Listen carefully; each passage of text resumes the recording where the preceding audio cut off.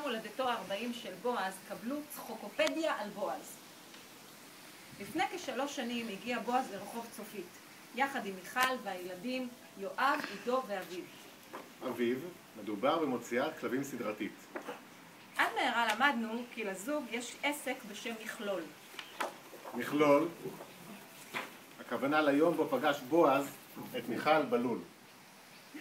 לאחרונה נראה בועז כשהוא עושה עבודות תחזוקה בביתו באישון לילה.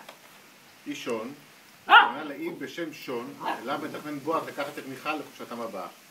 כמו כן נודע לנו כאמור שבועז הגיע לגיל 40 במזל טוב, הגיל בו מסתבר מתחילים לעשות סקרים כמה סוללות יש בכל מיני מיכלים. מכלים, הכוונה לתהליך בו בועז מנסה לשכפל את מיכל לטובת כולם.